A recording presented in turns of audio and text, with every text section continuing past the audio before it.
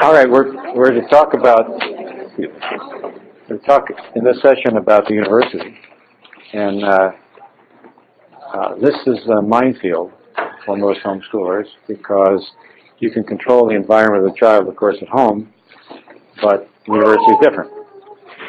It is a special problem, I see, because I know a lot of very fine homeschool families are not sending their children to the university because they are afraid of this environment, which I think is not a good idea, but that's what's happening because of the degraded environment in universities.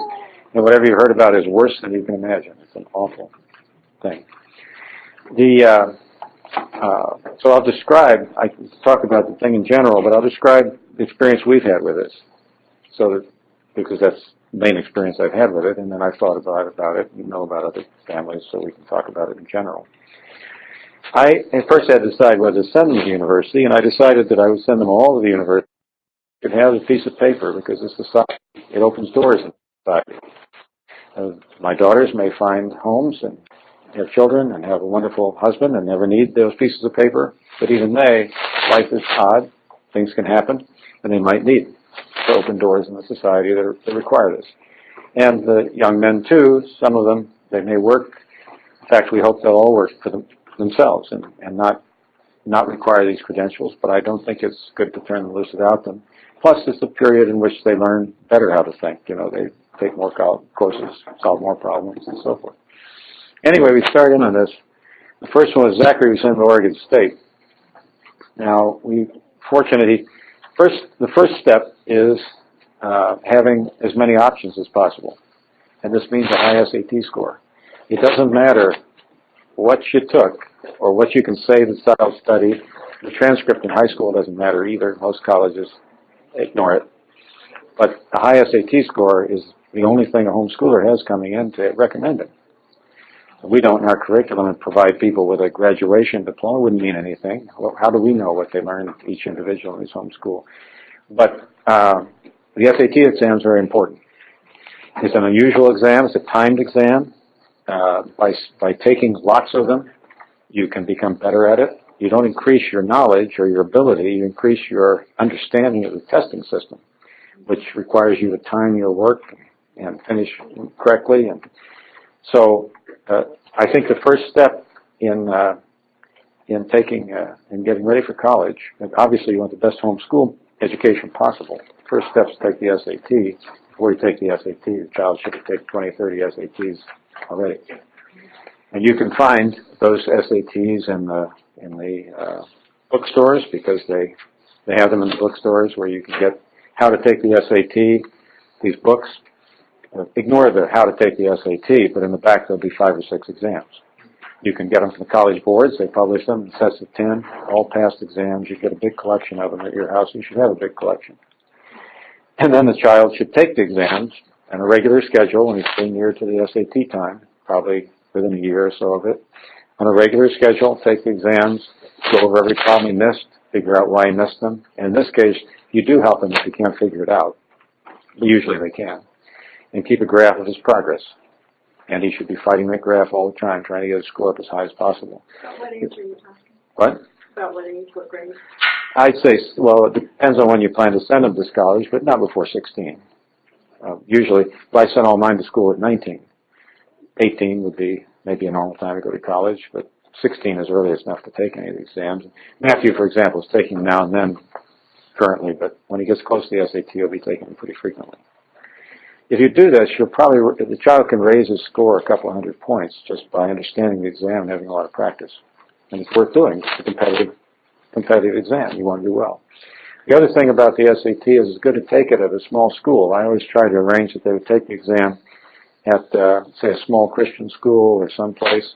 Don't take it at a big public high school. They often throw 300 kids in a noisy room, and the environment is terrible. Whereas if you go to a small school that's administering it, you'll find half a dozen kids in a quiet room taking it. This is an advantage. How do you find where? If you contact the college boards, they'll give you a list of all the places it's being given in your area. It's easy. So the college boards can give you this information. The second thing in preparing is advanced placement exams. Now, if a child has been reasonably well educated in his home school, he should be able to advance place out of a lot of courses. After he goes to college, he can't take advanced placement courses and exams anymore, but he can take CLEP exams, which are just like them. So CLEPs are exams to skip courses in college for kids that are in college, and the advanced placement is the same thing for kids that haven't gone to college yet. This is a very important step toward avoiding the things you don't want your child to learn in college. Because if you can advance over those exams, over those courses, you have to take them. The humanities are the worst place in the colleges, and in the humanities, you can get rid of a lot of the humanities requirements in this way. You can also get rid of them by taking courses by correspondence, but this is more difficult. And what you really want to do is exhaust all the things you can skip by advanced placement and CLEP exams, and then do correspondence in the summer if you have to get through others. And it's important because if you don't, and I will illustrate by a bad experience we had. We started out with Zach, well, I'll describe each one. Zachary went to Oregon State. We found out about advanced placement exams several months before he went, so he took all of them we could take, and he was a junior when he went to college. He skipped the first 2 years of college. Passed a tremendous amount of stuff, including things he'd never studied because he liked to read a lot, and the exams aren't hard. The competition isn't very tough. The only place we found the competition tough and almost unbeatable was in foreign language. We decided that they were going to skip a lot by getting a foreign language requirement, and we thought, well, what language shall they learn? And, well, what's most practical? Spanish. The Spanish advanced placement exam is very, very difficult because you're going up against all those Mexicans. And the curve is way over on the side. You have to be really fluent to pass that exam. But all the rest of the exams are not too difficult for somebody to know. Anyway, Zachary took the exams. He skipped the first 2 years of college. He entered Oregon State. And he took the first quarter of courses, and then he looked, he says, do I really have to be in this place? That was, the governor declared Gay Lesbian Awareness Month, the month he got there, and the experience went downhill from there. He looked at this place, he did not want anything to do with this place. So we talked to his instructors, and they said, well, he could just come in and take exams if he didn't want to go to courses. So he studied at home for a couple of quarters and went up and passed his exams. But the fourth year he had to be there because it was all laboratories, because he was studying chemistry. They do all his laboratory courses. So he graduated in those 2 years. The only bad experience he had at Oregon State was one course. It was a health class. He wondered what it was. So it was required for everyone to graduate. So he asked his 45-year-old male chemistry advisor what was in this course. The man was too embarrassed to discuss it with him. So we were curious, so we went to the bookstore and got the book for the course. Well, the course was, brush your teeth every day, get 8 hours of sleep, eat 3 meals a day. It looked like a health course in high school in the 1950s. So wait to see what happened. He takes a course, he enrolls, the man is instructing it, and the man stands up there. That's what it is. 3 meals a day, brush your teeth, get enough sleep. Nothing. That was the first half of the quarter. Then the man disappeared. They got a woman in there, and after that it was worse than anything you'd find in the streets of San Francisco. It's incredible. And the students, to a large extent, just walked out of it. Many of the students walked out of the lectures repeatedly. And they got by. It was a pass-fail thing. And so he got by. Now, he was studying science. Now, this is important. I talk about math and science for teaching children to think when they're in their home schools, whether they're going to do math or science or not. It's a good, rigorous way to learn to use your mind. We have used math and science as a way around the university minefields. Because in those disciplines, you take only courses that are hard to pollute. And you can't make an insidious anti-Christian moral message out of a mathematics problem. And you can't do it with a chemistry problem or a physics problem. In a chemistry book, you can put a little nonsense about the environment, maybe put a little evolution in one of the chapters, but the kid knows to ignore it. But in the humanities, it's all different, because they have totally wrecked history, literature, and the humanities. The psychology course is something that's not fit for human life, and a lot of the others aren't either. And so I'll go on to the next one. Noah, one of my former graduate students came to me one day and says, there's a school down here you're missing out on, Southern Oregon University. There's more over there than you realize. So I went over there, and the place is a black hole, except They have little science departments off on the side. Each one of them has about 5 professors in it, and these guys don't do any research, and they take teaching seriously, and they have a very excellent chemistry program, an excellent physics program, an excellent mathematics program. It's only 5 professors and a very small number of students because nobody taking these courses. And so I decided to try that out for Noah. So Noah went over there. Again, he advanced placed out of a couple of years, and he had 2 years to finish his chemistry degree, which he did. But he got an excellent education. And in comparing it now, he's just finished his PhD at Caltech, where he's taught freshman chemistry. And we think it's a better education than the Caltech freshman chemistry exam, the chemistry course. It's just Southern Oregon University. It's an Oregon State University. And I think you might find that in a lot of, we wanted the school was close to home, so they could come home on the weekends and things. That's very important, maintaining your balance if you're not off in some foreign place. So it served our purposes. It was close to home, and they had a good science program. So Noah went there. He had no trouble. He got this advanced placement. First, second year he was there, Aaron went. Aaron there with her brother having their first experience selling something because they'd never been to a homeschool thing before. But Aaron enrolled. And I went to chemistry chairman department. And these anecdotes, I think, will lead into the generalities that might interest you. But she enrolled, and I went to the chemistry department chairman. I said, you know, the humanities in these places, what I hear I don't like. Why don't we just ignore it this year? I want to take physics, chemistry, and calculus. We won't bother with humanities this year. He says, I know what you mean. I'll arrange it. He got us a schedule, and she's enrolled us to take these things. Got permission from the director of admissions. Everything was fine. 2 weeks into it, the bureaucrats found her. And they said, she's not taking colloquium. She won't have her critical thinking skills.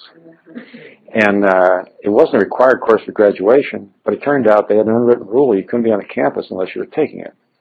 It occupied 40% of the freshman year, and it was the worst that you can imagine. It was total social engineering. If your child's brains weren't scrambled before he got to university, they were going to make sure they were scrambled by the time he got through his first year. You know, the classroom consists of a room like this, but all the students face each other. They have to speak. And the peer pressure is enormous because you have everybody looking at you when you're talking. They have to write essays. They have to read, and the stuff and a special book which was designed to make sure that they had no modesty and nothing left when they got done. So she wasn't going to take the course. They tried to get her to drop calculus. I said, no, not going to drop calculus. She's going to keep taking what she's wanted. So they said they were throwing her out after the first quarter. And we had a terrible fight over this, and it came to a head with an argument on the phone with the associate provost, who insisted he was going to toss her out of the school. I insisted that I was going to cause him a lot of trouble. He did. And apparently he had instructions if he couldn't convince me to back off. So finally he says, all right, we'll let her stay the rest of the year. So then after this fight, you start talking to people nicely. You know, you're trying to make friends, not leave it in a terrible way. And so we got to talking about other things, and he says, you know, he says, I came here from a Christian university in the South, and my daughter's enrolled here, and I would never let her take that course ever. So she was enrolled for a year, and then they expelled her. She made straight A's, and they expelled her because she wouldn't take colloquium. So then we had What's that called? Southern Oregon University. Oh, colloquium. Yeah, it was the fanciest word they could think up. You know, a colloquium is usually a special seminar with the highest and best scholars. It's a very fancy word for a meeting, and usually in the university it's used at you know, if you get 2 or 3 Nobel Prize winners and people of that capability where you have a colloquium, they decided to call their course colloquium. Part of the degradation of the language. Anyway, this resulted in a big fight too. And when the dust settled, basically to avoid our making sort of a public think about this, why the president of the university signed a contract with all of my children saying they could come there and take anything they wanted. And from then on, we've had what we wanted there. Erin never wanted to go back to the place, so she went to Bethel College and finished her chemistry degree there. And now I have twins, Joshua and Bethany, there, and they're studying chemistry. One studying chemistry, one studying physics. It's going just fine. But they're skipping the humanities by advanced placement, by correspondence courses, by CLEP exams. They're skipping them. This is Southern. Huh? Is this the Southern Oregon? Southern Oregon University. So if we use your name. Huh? What did you say? Southern Oregon University. And I don't mean to denigrate that university compared to others. As far as I can tell, they're all the same. What has happened over the last, and it's happened incrementally, so probably year by year you wouldn't have noticed it. I was a university professor in the 60s and early 70s, and I shudder to think what I might have been if I stayed there. I don't know what they can do to you. But looking at it with a 20-year hiatus and then looking back, it's incredible where they've drifted. But basically, literature, history, all the humanities are being used for sexual engineering. This is no longer a question of teaching literature and history. Yeah. Well, most of the college that you were at, will they accept credits then from another college if they're Oh yes, that's no problem. Yes, and so Erin, for example, we didn't know where she was going to go, and they'd knocked her out that year. We didn't know that she wasn't going to be able to register. So she took correspondence courses for the year at home, and then those credits were used at Bethel. And she went to Bethel for 2 years. Do they have a certain percentage of classes that you have to take? There's usually something about, most colleges want you to be there for a year, the last year or something. You have to look, they have different requirements. But typical would be that you have to take the last so many credits, and that really constitutes being there for a year, or being under their jurisdiction. And I think you can stick in correspondence courses even within that, but you need to be resident there for a certain length of time on their rolls. And the college is different in this regard. You have to look at the college that you're interested in. Yeah. Can you give me an opinion on any of the Christian colleges? What? Any of the Christian colleges? Well, the Christian colleges, of course, don't have nearly so much of this moral rot. They can't tolerate it. The Christians won't tolerate it in the colleges. Now, they look more to me like, to the degree I know about them, and I can't represent that I'm an authority in all Christian colleges, but we looked into it for Aaron, looked at a lot of the different ones and so forth. They look to me more like normal colleges from 1950. Because the rules that the campus functions under in these Christian colleges are usually ones that you would agree with, that you think it was safe to send your daughter there. What actually goes on is not always that way, but for the most part it does, because the environment they're in doesn't approve of the negative behavior, and the courses don't, advertise it. Well, I'm just kind of So wondering why in your situation, you would have, your kids would have gone to Oregon University. Well, we felt it was important to go close to home, and there weren't any Christian colleges that we knew about and respected near our home. That was the main reason. They lived at home and went to school? No, they go to school, but they come home on the weekends. It's about an hour and a half drive from where we live, so they can come home on the weekends. That, I think, is very important. If you can send your child to a school where they can orient toward their home and be home on weekends and things, I think this is very valuable. Continue to be involved in their lives, and they can orient toward their homes. This is very valuable. Being away from home so far that you're not coming home on the weekends, you're not seeing your family, changes things a lot and makes them much more vulnerable. And they are much more focused on teaching. Mm-hmm. And the liberal element is pretty tough, but he finds that their classes are more rigorous than people give community colleges credit for. I'm sure they are. And the advantage is that the young, anywhere from 16 to 19-year-olds who's starting into the college atmosphere can be living at home and going home at night. Yeah. And oftentimes the kids that leave their program do very well when they get into their major tracks. Yeah, these community colleges, I think there's a rogue community college near us, which may be similar. It's not a bad way to do that. I think that they're the stakes for the left wing, and the people that have seized the colleges is not so great. They haven't tried hard, because these kind of course people, the commuters that are going in and out, a lot of the students are older in these community colleges, and the whole atmosphere is less likely to be bad. I agree with her. And well, it's not going to all be, but and in Southern Oregon University, I was telling you basically the same thing. That's a simple, small, that's not a big time school. But hold up there were these few science teachers, and they do a very good job. And you'd be surprised how poor even the science is in some of the places you could spend a lot of money on. Noah, as I said, he's been teaching doing some of the lecturing and doing all the TAing, directing the TAing of the freshman chemistry course at Caltech. Definitely the best science school in the country, maybe in the world. Yeah, and that that freshman chemistry course is not nearly as good as he got in Southern Oregon University. Everybody's interested in his research, and they don't care about the teaching, and they're just ignoring it. Just curious, how big is the student body? What? How big is the student body? About 3,000. Yeah. And please understand, you don't, even the signs that are up for the events they're going to have are things you don't want your kids to read. I mean, they're not good places. But that's the way it is. Have you heard anything going on about University of Oregon? No, I don't have any experience with it. I sent them to Oregon State because I'd heard that Oregon State was a more conservative place. We had a student who was homeschooled from our church community who went, I believe it was to University of Oregon, and was hoping to become a physician, and he had a freshman year course that required them, and it was English or it was psychology. They were supposed to go to a porn parlor. Or if they didn't want to do that, they could go to an X-rated something. That was their only two options. Yeah. Needless to say, he's up. Yeah, well, the colloquium now is required for graduation at Southern Oregon University. So we have a contract saying they can pick the year they want to, the catalog year too, so we can go around it. But, and you can go around it by advanced placement. The reason Aaron got it and not Noah was Noah happened to advanced place over something that skipped it, and she didn't get advanced placement in that when she took it. So had we known ahead of time, we didn't know it was there and was waiting for us until Erin got into it. She got into it because she hadn't passed that advanced placement exam. And you can take them as many times as you want. So if you'd known it was there and she'd taken it a second time, she'd have probably passed. We'd never had the problem. This would have, I don't remember. It's generally a literature course, so it's probably some kind of literature credit. But the colloquium, which is quite typical for what you find in these campuses, maybe even milder because they're kind of a small-time place.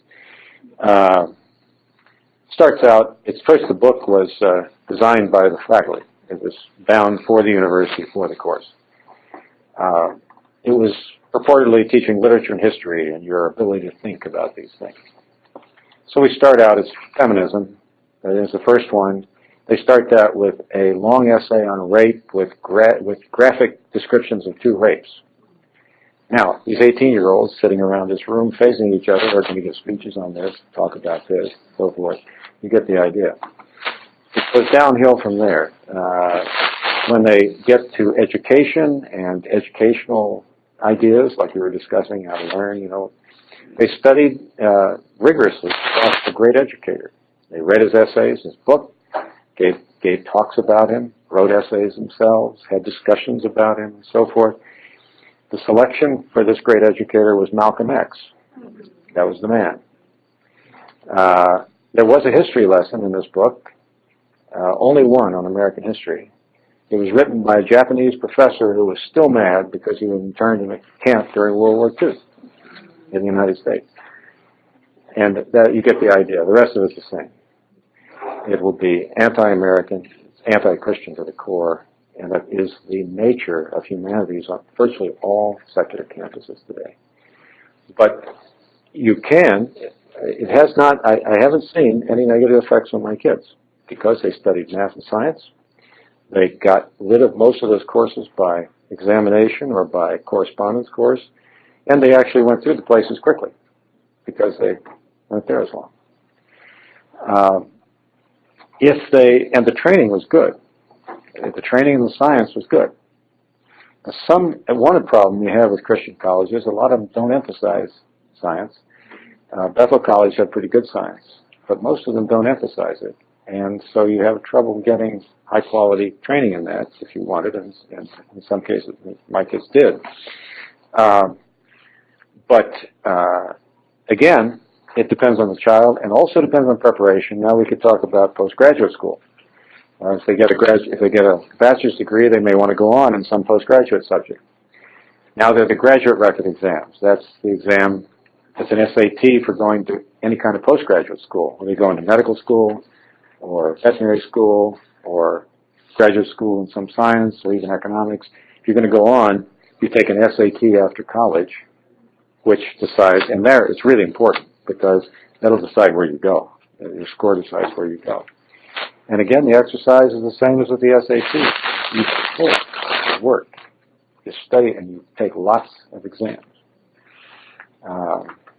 some of you may have been in that other session, but I mentioned Zachary, my oldest boy, when it came time to take the GREs, he just went over and took them to Oregon State once. He didn't prepare.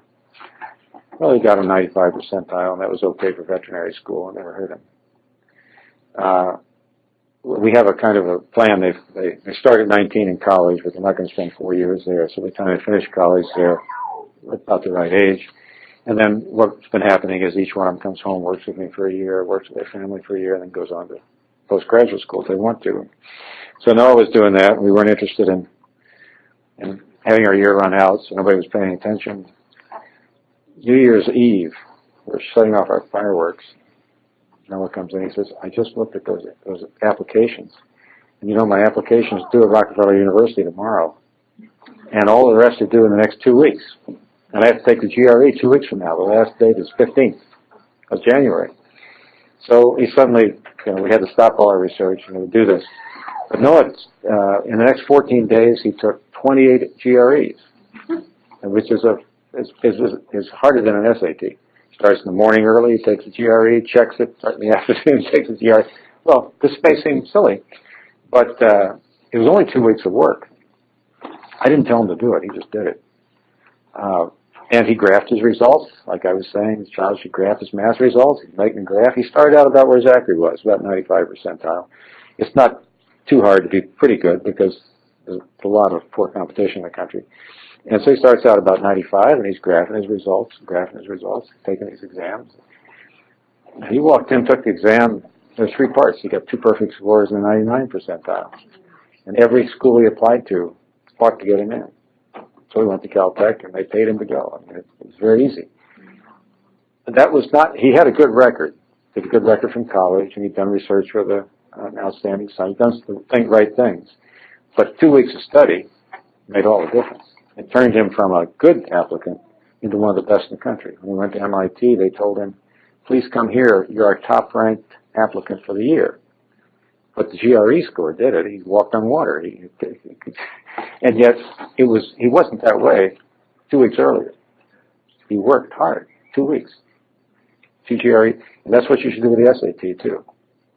I mean, if these exams are competitive, and the people out there, most of the people you're competing against don't pay much attention. They have the same mentality they had when they were taking their courses in public school. So you can walk all over them, but only by hard practice. And in the examination things, it doesn't take very long. As I say, he did all that. He took himself from a good score to a fantastic score in 2 weeks of very hard work. But you want to be sure your student, if you can get them to do it, do that. Can you only take the SAT one time? No, you can take it as many times as you want. I don't know what the reporting is. They might report the lower scores. I don't know that. Is it the last score you take? Do they? Well, that's fine. The latest one. The GRE, you can only take one. Well, I suppose you could take it more than once, but typically you only take it once. I think you probably could take it twice, too. I don't know what the reporting is like. GRE stands for Graduate Record Exam. And if the student is going to do anything after college in postgraduate work, even if it's a master's degree in economics or something relatively simple, he has to take that exam. If he wants to go to medical school, he has to take the exam. And that will decide what school he goes to. It will decide how hard they fight to get him. And if he works really hard, they'll pay him to go to school at a good place. You can make all the difference by preparing for those exams. Obviously, the preparation goes on for the many years you're studying before you get to that point.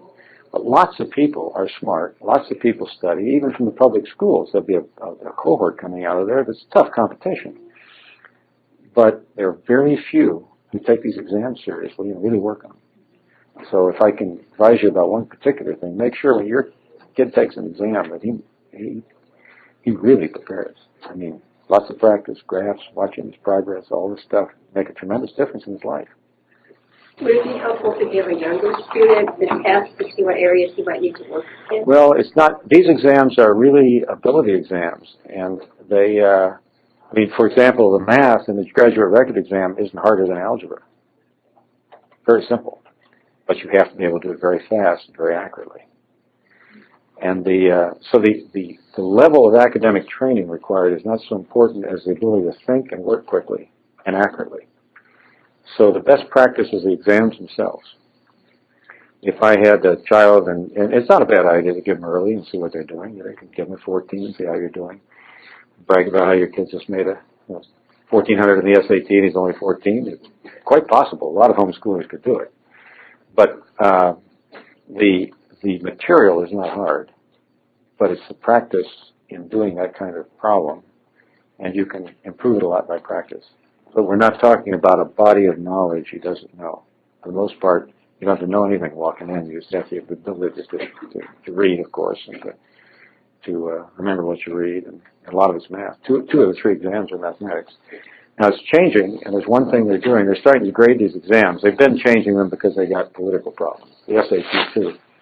One of the problems was the girls kept doing poorer than the boys on the math exam. They're desperate to fix that. They can't, because, in fact, at the top end of the curve, for what how the professor described this very detailed, is probably right. Turns out that in mathematical subjects, there are a lot more very dumb boys, and there are a lot more very smart boys on the ends of the distribution function than there are girls. It's a biological fact. They haven't been able to fix it. There are lots of very smart girls. I'm not telling you that there's a difference. But girls tend to be, their distribution function and ability is narrower. There are many fewer that are very low in ability, and there are also fewer that are very, very high in ability, and it shows up in the math exam. So they haven't been able to get rid of this. Of course, they have racial problems, too. It's terrible. They want all the races to be the same. But if a homeschooler goes in, they are the same if they're homeschooled. I don't know whether you've ever seen these numbers, but a nice article by Michael Ferris in the Wall Street Journal a couple of years ago giving these numbers. And across the board, homeschoolers, in an examination on all subjects, and they all came out about the same, in math, humanities, all these things, where the mean was 50 percentile in the public schools by definition. The mean for whites in the public schools was 57%. For blacks and Mexican Americans, it was about 25% percentile. In the homeschools, it was 80 percentile for all 3 races. There's no difference. If the numbers were reversed, homeschooling would be a felony and a racist activity. Right? These problems. So they've tried to engineer these exams, and the girls tend to have higher scores because they're better students. But this very tiny thing out in the distribution function of the math has bothered them for years. They try to get rid of it, and all they do is keep messing up the math standards. These things don't hurt your students so much. What is going to hurt them is the essay questions. They're starting to put essay questions in, and those are there to catch people like you. Obviously, they want to grade you down. And that's a minefield that will be more difficult to pass. I don't have any experience with it, but I know it's there. First one it's going to affect is Matthew, because he'll have to take this essay. And I don't expect him to be particularly forgiving. When Zachary took the advanced placement exams in biology, they required 2 examinations. 2 questions required to write essays on evolution. Zachary simply wrote, I refuse to write these essays because this is a bad hypothesis and a bad theory. That's all he wrote in the exam paper. And they passed him because he'd done well enough in the other parts. But I don't think you can depend on that, and it certainly will pull down your SAT scores and eventually pull down your GRE scores, the essays. It's not writing ability, it will be what the child says. And that's something you just have to face. The only thing you can do is practice very hard in the other parts to get your score way up so you do well anyway. I got my master's in nursing, but I went a slightly different route. I didn't have good GRE scores, but I had work experience that translated into making me a desirable student. And actually, I did not pass the math part, so it may just be algebra. I don't have any brain cells, but no algebra is coming. You probably. How many times did you take the exam before you took it? Oh, I hadn't taken any test for years. Yeah, that's right. My point is just that another route is to work for a while and build up a resume that might help them offset GRE competitiveness, unless they want to go to Harvard or someplace. Well, you don't want to go to Harvard. That's a terrible place. No, really, that's about the worst place you could send a student. Don't go to Harvard. It's, if you can only take the GRE once, how did you practice? Oh, you get previous exams. They sell previous exams. So you can, the college boards will sell you exams from previous years. So you build up an inventory of these previous exams. When they start doing the essay, won't that be the case also, so maybe you could get some ideas?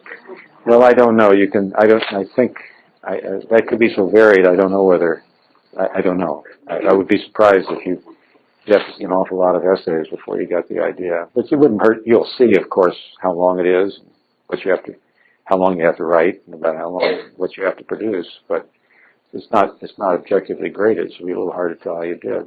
You certainly want to practice it, but you won't be able, I doubt you'll be able to raise your scores as much as you will be by practicing the rigorous stuff. Stay out of trouble. Gotta stay out of trouble. Yeah.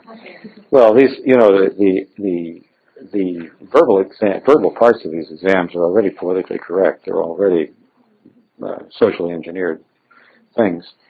But you can pretty well tell what answer is required. And a child within the limits of ethics and morality, well, I mean, some children won't give certain answers, but usually they're asking you what the passage said instead of what you believe, so you can do all right.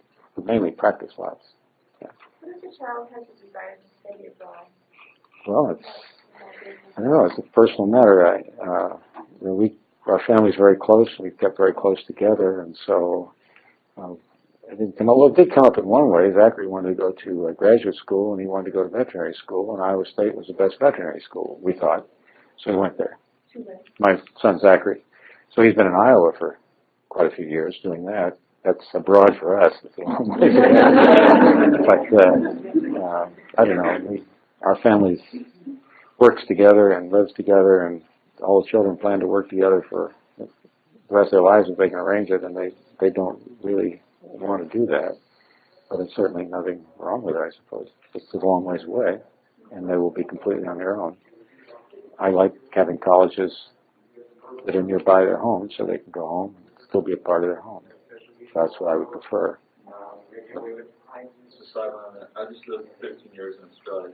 Mm-hmm. It's a lovely country, and there's a lot of lovely Commonwealth countries. Mm-hmm. But I've traveled all over the world. There's a lot of difference between being a tourist or trying to be immersed into a culture. Mm-hmm. And you're seen as the competitor, no matter what you're doing. And so your students' education might find that they're a disadvantage if they're always the yank, trying to break into what other people feel is their territory. So I highly agree with that lecture here. Yeah. The other thing to remember is that, as sad as may be, standards in the United States are dropping. The competition is a bunch of kids that have been cut off at the knees in government schools, and there's less competition. And you can learn the material if you're in an environment with heavy competition or light competition. Suppose you were deciding whether you want to send your kid to, where you want to send them to graduate school. Send them over to SOU. He can learn chemistry very well. Very little competition. He'll come out with straight A's. He'll look great. That'll get him into a good graduate school. Or you say, he's good enough, I'll send him to Caltech.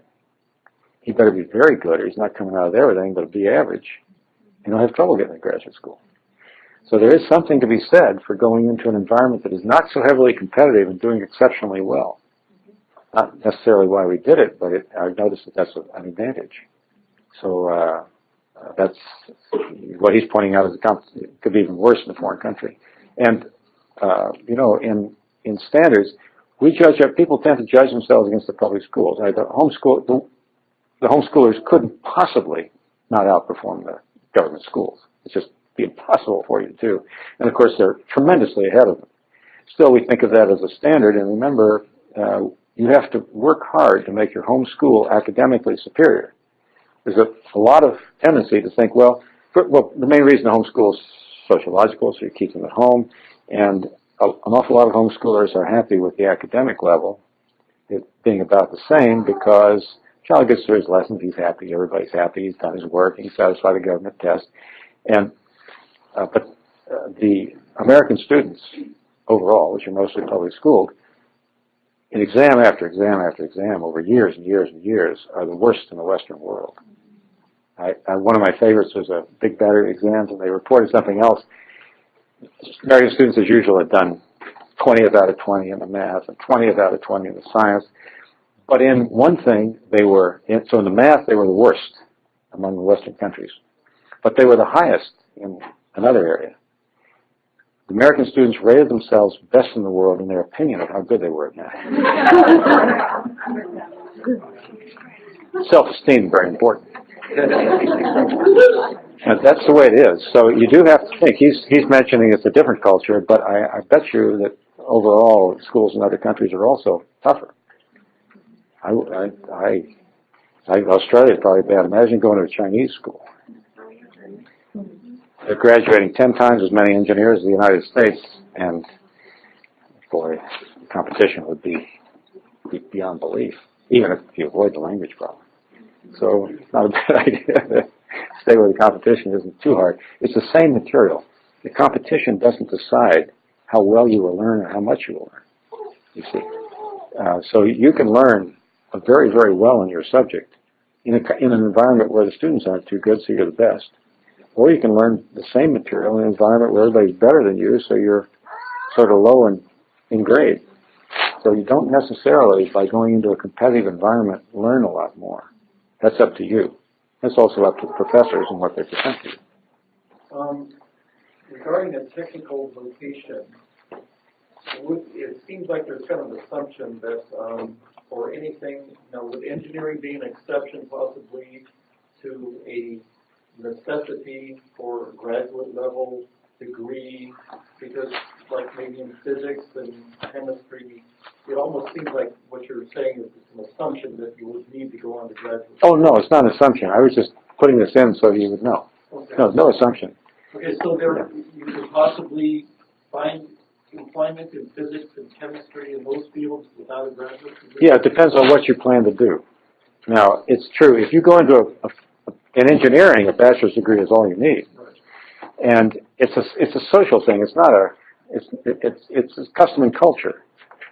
I remember my dad, who was an engineer for Union Carbide. He was running a plant in Seabright, Texas. This is back in the 50s. And the best man he had, the man who did the best job, he tried to promote him, he couldn't, because the company wouldn't give that job to a man who didn't graduate from college. Same thing is true in science. We sit on a farm and we do very good research and publish in the best journals. But if we didn't have PhDs after our names, we wouldn't be allowed to do it. It's the custom and culture. So if you're going to do scientific research, you almost have to get a PhD in order to not have doors closed. In engineering, you don't need that. Most other disciplines, you don't need that. And it doesn't, it's kind of silly, you know. What I did for my PhD all those years ago has nothing to do whatever with my ability today, zero. It's just that I got that credential and the profession requires it. So most professions it isn't necessary, and I wasn't implying at all that children needed to go. I think that children should get a college degree. I think they should get it in, I think they're best off to get it in something like math or physics or chemistry, because there they can't bend their minds, which they're doing in all the other subjects. There may be some other exceptions. You might be able to get a decent one in economics if you go read some good economics books so you won't have misconceptions about what they're teaching you. But in the humanities, which most students have tended over the years to gravitate to, history and literature and these things, to major in one of those is to be required to take a great many courses that you don't want your child to take. That's the problem. So, and almost anybody can get a degree in those more rigorous, in those other subjects. And that's, so if they can, I think it's a good idea. At least that's the way we dance through the system. I don't think I'd have sent my girls to college if they'd had to take humanities. I wouldn't have sent them, even though I think it's important to have a degree. Sorry. Can you speak on if you've encountered any difficulties with your children not having a high school diploma? No, none. A couple of schools required a GED exam.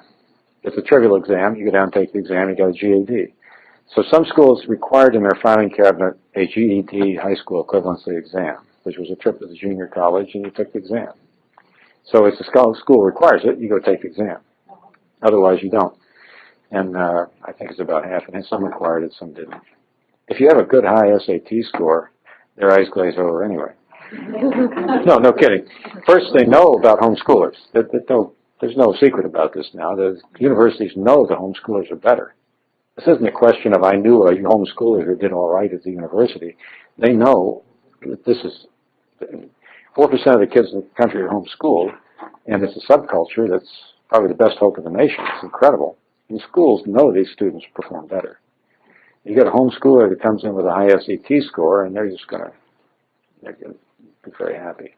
If you were interested in a particular school, then you should be finding out ahead of time what other things they might have. They might have some requirement. Now, I've just heard general comments Yeah. of, your children will be totally unsocialized. Oh, well, that's total nonsense. Yeah, but they will not act like public school kids. That's good. Amen to that. Terrible thing, right? And then they'll be discriminated against because we don't have That's- a high school diploma. That's total nonsense. That's total nonsense. But you might need a GED if the school requires it. And if your heart is set on a particular school, you should be finding out the requirements of that school a couple of years ahead of time. There are all kinds of funny things they could put in. And schools have different idiosyncrasies. When I went to school, I wanted to go to Rice University because it was free. I wound up not going there, but I was thinking about it. And you had to have 2 years of Latin. So I took 2 years of Latin. You find a Latin course in the public school today, you just won't find it. But there are other little idiosyncrasies they can have. So if you're set on a particular school, you should find out. Sorry. Okay. Did you find it necessary to keep detailed transcripts for your kids? No. When we got the application parts, there's a big place for transcript, and you write down homeschool, we have no transcript. Then if they demand more, it says, did you take any history? Well, yes, they did. English, so forth. I don't put in grades in because that would be nonsense. There aren't grades. So sometimes you might be required to fill in a transcript saying that they had taken these subjects, which of course they will have because you will give them a good education. Do you think that the SATs would totally take care of that? With a good high SAT score, you'll be all right. With the caveat, check the school a couple years ahead of time for a particular one, and there may be a special requirement they have. But the homeschooler is making superior college students.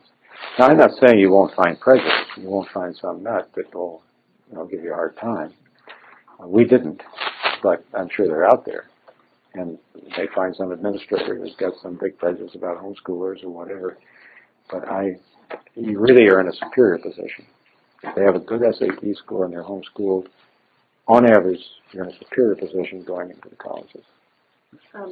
I'm familiar with your curriculum and about 7 years into it with our children, and wondering where a foreign language and a little more structured writing. Yeah. Well, if you think they need structured writing, you can get any structured writing course and do it to them. My kids had no trouble with the writing they could do. They learned writing can be structured. For example, taking chemistry, and they start making you write reports about your laboratory experiments. That's a thing they do now. Well, then you have to learn what the structure they want in the reports is, and you write them. It's not hard. The structure they want, they learn at the time they need it. Foreign languages, even to the college level, before they go to college, a child is still trying to learn his own language. A child that learns all 6,400 words in our vocabulary and has them in his active vocabulary is unusual, even though he shouldn't be, but he is, because he's trying to learn a foreign language, basically, so there's nobody around to teach him using these words anymore. But I think a child, in fact, the SATs kind of work this way. The math is an ability test, and since there's nothing in there harder than algebra, everybody's got the math, but it's how fast they can do it and how accurately. The SAT English, the verbal exam, which is somewhat changing because of the essays, but it's always been a vocabulary test. Truth is, your vocabulary decides how well you do on the test. So, and when we developed a vocabulary for our curriculum, I made sure that every word that had been required in an SAT exam for the last 20 years was in that vocabulary list, because I knew the SAT was a vocabulary test. But, well, why is it that way? The more you read and the more you study in the humanities, the better your vocabulary becomes. So they had learned that you could find out where the student was by a vocabulary test. And in fact, when the students take the SAT in verbal, they're still developing at a high rate. And they still are not anywhere near the potential they can achieve eventually in verbal ability.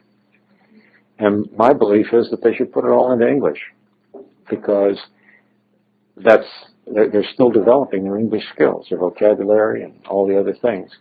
And a foreign language you can learn when you need it. I mean, I know a couple of languages, but I learn them when I need them. I spent 3 months in France, so I learned French before I went. But I didn't learn it before I needed to go. And the Latin I was forced to learn for 2 years, I've forgotten, because I never used it. So I think if a guy has a hobby, if you want to learn a foreign language outside of the classroom, great. I'm only talking about what happens when I talk about homeschooling, what happens in the 4 or 5 hours you're in the classroom. If the kid loves languages, he can learn 3 or 4. It's a hobby, why not? It'd be wonderful. But I don't require it. I don't think it should be required in the classroom because I think it takes away from things that are more important. That's an opinion. Yeah. Isn't it required, though, to get into college? No.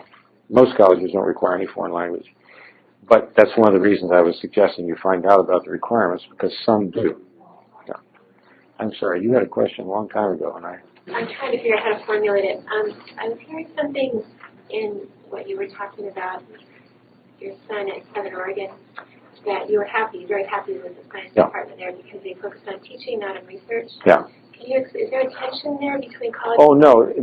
Most fancy universities, the professors are hired for the research they do because they're all on government grants. And the government grants provide the overhead to support the universities. So you don't get a job as a scientist at Oregon, the University of Oregon. You don't get a faculty job over there because you can teach. No, you don't. You get a job because they figure you're good enough to get grants to give them overhead money to support the university. It's all for research. That's the way the faculties are chosen. That's the way it is in the sciences. So they come in, they're doing their research, they have their graduate students, and they aren't really interested in teaching undergraduates. That's the problem. And that's generally a problem throughout the... it wasn't so much a problem in the old days. You go back to all this government, tax money spent on welfare programs for university professors, basically, started after World War II. And now we have enormous numbers of people who never should have been scientists who are supported in the universities on this tax money. And they form the faculties of the universities. And they're interested in their research because they want more tax money. And they aren't really interested in teaching undergraduates. If you go back to the 40s, 50s, and so forth, you would find that the introductory courses in the best universities were taught by the most famous people.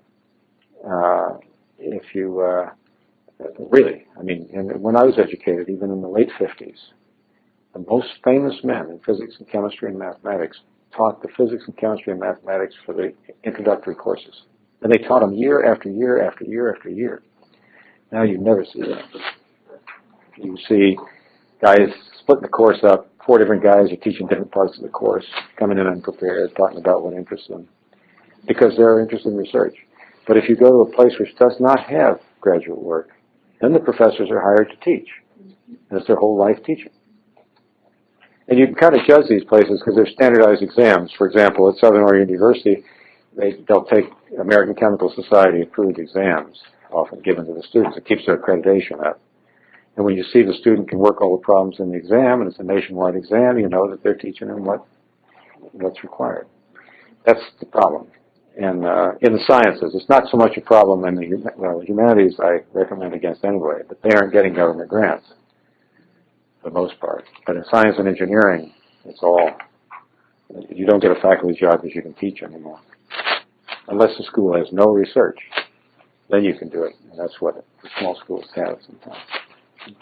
I'm sorry, I'll get you in a second. Yeah.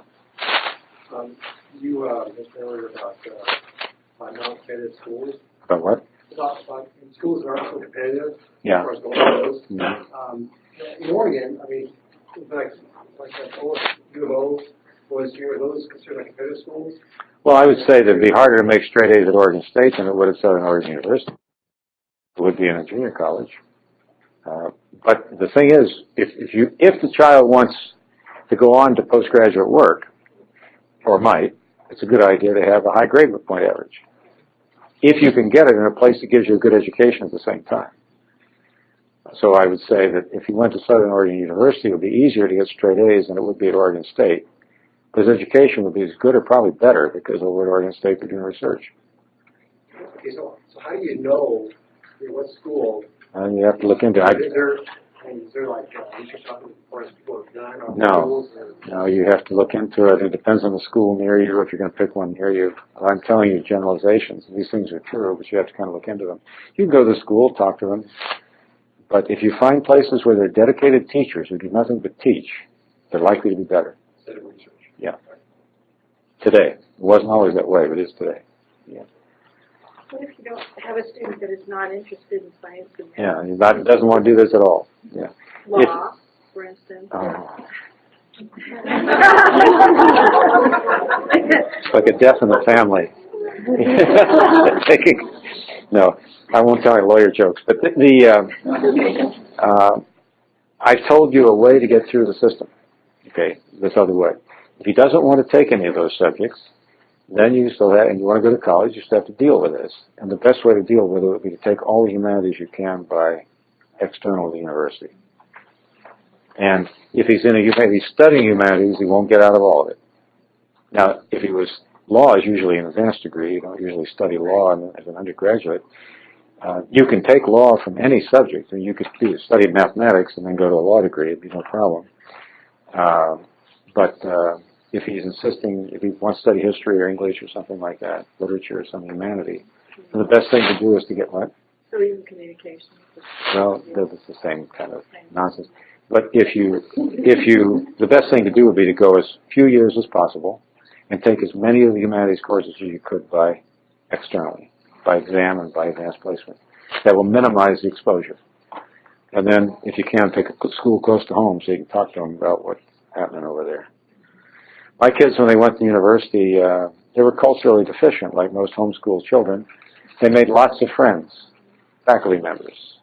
They made very few friends among their fellow students. They had very much in common with them. Sad, but it's true. But they made lots of friends. They had lots of associates, but they were the faculty. They could respect them. You find out, you said take the classes externally. Well, where do you go to find out where? Oh, correspondence courses and things? Well, you can find a lot of this on the internet. Well, yeah, or schools if you're interested in. There are places like Jerry Falwell has a school that has very history courses you would respect, and what? Oh yes, yeah. You make sure that these are accredited credits and we count it everywhere. There are lots of well, there are some places that just specialize in nothing but correspondence, and I don't know too much about them. But if the course is accredited, and so it's going to be counted as credits, then it's fine. And it's not a bad idea to gravitate toward conservative Christian organizations that give these courses. So Fallows of the university is good in that regard. I felt we could trust that he wouldn't, contaminate the history, and he'd give a decent. So Aaron takes a history course and something else from there. There are books written. There's a book written by a man named Bear, B-E-A-R, which has a tremendous compilation of things that are available by correspondence. It's a well-known book. And I don't mean that everything in it's good, but it's a tremendous compilation of these things. You probably find most of them. You said that again, I couldn't hear. B-E-A-R, Bear, is the author. Is that exclusively Christian? No, it's not a Christian thing. It's just really a correspondence course compilation. The Christian organizations can tell you too. To find out through them. Some of the Christian colleges, other Christian colleges have correspondence things. A lot of them, of course, want to get you onto the campus because they make their money that way. It's expensive to go to a Christian college, to any private school. So. See any disadvantage of taking classes at home, doing it that way versus going to? I don't see any disadvantage of using it as a tool to get out of these things you don't want. I don't think that today a correspondence degree, you never went to the university, does quite what you want to do with a piece of paper. I think this will change. And for those who have young children, because probably most people that came to this session have children that are worrying about the university, but if you have very young children, a lot of the people that are here, they may find that by the time they get to this point, there'll be correspondence degrees that you can take entirely at home that would mean as much. But that's the concern, a piece of paper. That anybody can give you something, hand you a piece of paper, but does anybody have any I personally think that the universities, that within 50 years, 75% of these universities will be gone. And the few ones that remain will be largely testing and accreditation centers, because the monopoly on information is gone. The internet, the electronics revolution has destroyed the monopoly on information. It used to be, to get the education, you had to go, the guy was in the professor's head, or it was in the libraries and all this stuff. Now that monopoly is smashed. It's gone. And so you can get a superb education without ever leaving your kitchen table. This is gradually being structured by various entrepreneurs and organizations into things that you can trust. Those things now have to have accreditation attached to them. And I think what will happen is that some of the named places, which have been in business a long time, will find there's good business to start serving as testing and accreditation centers. When you can get a degree which says on it the name of a university that's been in business 200 years, and you got a great education from the electronics world, then you're in. Today the problem is that you don't have those accreditations from high named places. So you're getting an education but not the paperwork. And that's part of the reason to do it, is for the paperwork. But I hope that this will change rapidly. I don't know how fast it will change, because it's a free market. There's going to be all kinds of red herrings and things you don't want the kids to take, and people are advertising all kinds of stuff that will not be valuable to them. But it'll work its way out, and I think when they start accrediting, of course there's resistance. The schools don't want to do this. And in the videotape world, they got videotapes. They could have done a tremendous amount of videotapes. That they managed to control. So the videotape education was restricted primarily to things that kept them in the equation. In other words, you can get a degree from Stanford, and we got this thing where you can learn at home, and it gets you ready to come to the campus. And then we're going to get $125,000 away from you. So, but I think that'll all collapse. And that's the best thing for education. The electronics revolution has erased the problem. It's erased it for homeschooling, too. We put, there are many different homeschool curriculums, I'm sure are fine. We have one, we put it in a box, it's $195 for complete education. And there's one thing about it, it's overpriced. It's going to sell for $50 a few years from now, probably, or $25. The price of information is dropping like a rock. And yet that's a tenth of what most homeschool curriculums may be. But everything is, all of information is, that you'll be paying pretty soon for selection, for course of study, for selection. You want that to be intelligently done. But information has become free. Disinformation has also become free, and they're mixed together, right? And you can now go out and download 2,000 books, but which ones should your child read? And are they organized in a way that will be good for him? These are all questions which people still pay for. But the amount they're willing to pay for them is going to diminish, because the information, that is also information, right? It will become free.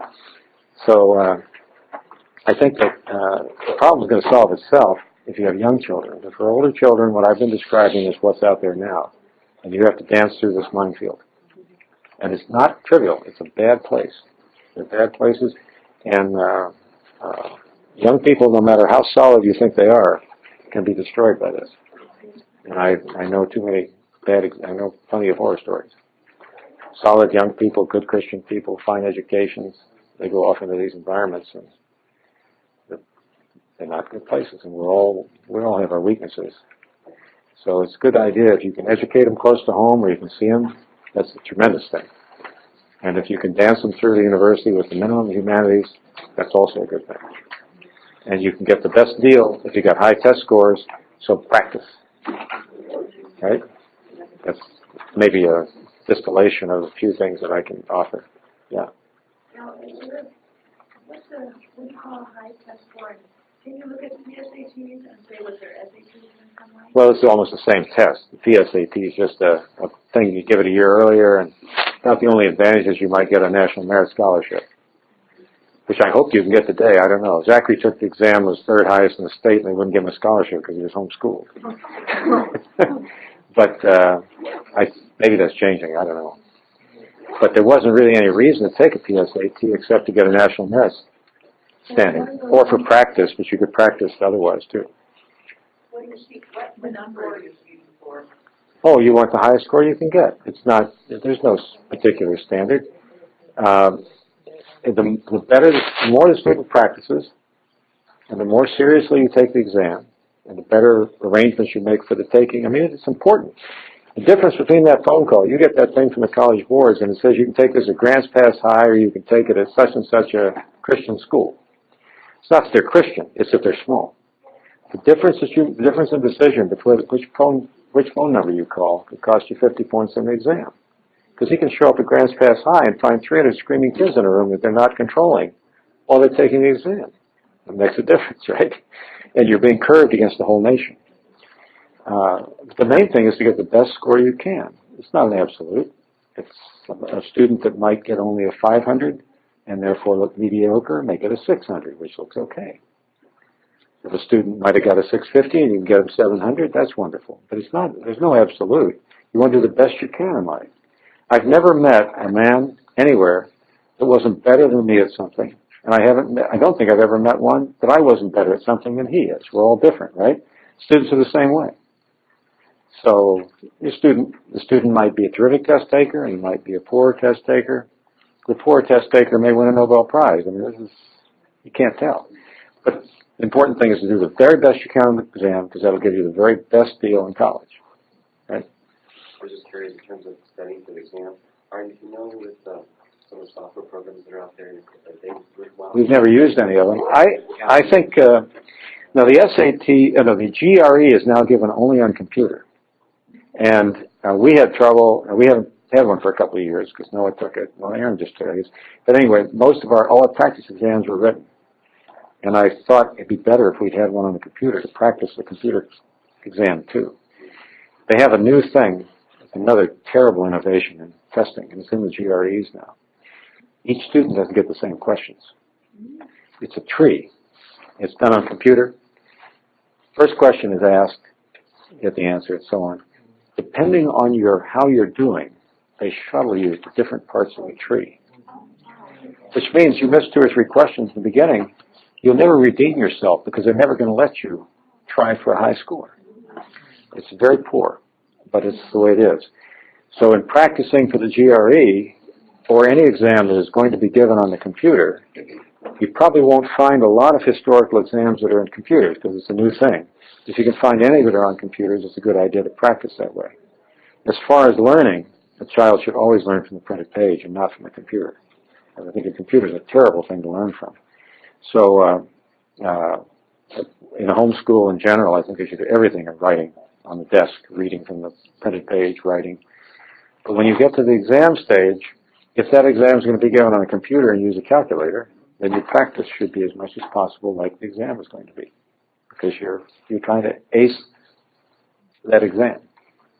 Where do you find previous years? The College Board sells them, Okay. and they sell both GREs and SATs. From previous years? From their actual exams. Okay. They typically sell a set, they almost always for the SAT have for sale a 10 exam booklet of previous exams. Then if you go down to the bookstore, like a Barnes & Noble or something, you will usually see several books that are how to prepare for the SAT. The preparatory help is not much good, but in the backs they usually have several exams. And the preparation should be taking exams over and over and graphing your results and competing against yourself. Forget the thing that tells you how to ace an exam and that kind of stuff. You learn yourself by taking all the exams. The only thing you might do is study vocabulary. The computer exam, Noah's practicing for the GREs, and he had this experience that I told you about. That about 4 or 5 days before he took it, I was thinking, it's a computer exam. There's no computer to practice on. Maybe I can find one. So I went over to Barnes & Noble. I looked through all the GRE preparatory books, and no computer disk. There was no computer practice exams in there, and I couldn't find one. But I did see a GRE book I didn't think we'd taken before. We'd had. So I bought it, and I took it out to gave me. Maybe this will help. Here's something else. And he looked at it and said, he said, I forgot vocabulary. So I've been taking all these practice exams, 2 a day, but I forgot vocabulary.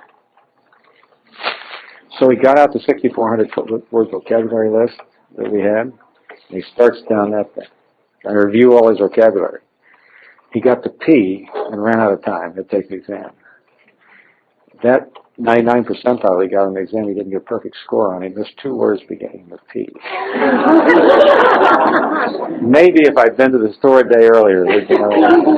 But so studying vocabulary is an entree to saying study vocabulary. All these verbal exams are vocabulary based. They're vocabulary examinations. There are reading parts, but they're vocabulary examinations because that's the way they judge your verbal development, because that your vocabulary reflects how much reading, how much learning in that area you've gone. So aside from taking practice exams, the only thing I can recommend is vocabulary. Lots of vocabulary. And those preparatory books do have vocabulary lists in them. They're small. They're not the 6,400 words, but they have vocabulary lists in them, and it's a good idea to memorize the words. Yes? How does the ACT compare to the SAT? I don't know. I don't know anything about that exam. I know it's used. It's not as widely used as the SAT.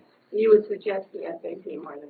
Well, it's a school. I would suggest that if the school accepts it. Yes, because it's been an exceptionally good exam, and it's aside from these. Now, I don't know whether the other one is getting essay questions. If it's not, well, maybe you'd want to consider it. I don't know the answer to that. But the SAT, these people, until the recent years when they started degrading the exam, I mean, they had half a century of experience. It's a superb exam, and it was just fine. So I recommend the SAT, but I don't like the essay questions they're putting in, and if the other one doesn't have them, maybe it's worth considering, but I don't know whether they do. They're doing everything they can to degrade these exams. It came out, I knew this was going to happen. They lowered you get an absolute score on the exam, and they make it into a percentile, and vice versa. But they dropped the standards on the SAT a few years ago and raised everybody's score 100 points. And just did it overnight. This is what they did. But didn't say anything about it then. And I said, this is going to happen. About a year ago, I saw it. Headlines. Highest SAT scores. The students in the country, the highest SAT scores on record. Fantastic. And I figured it out because we had old exams that had been graded both ways during the transition. They had the grading method before and the grading method after, and the same questions. So we normalized. Country scores were down about 20 points. But they advertised the highest SAT scores on record. Fantastic.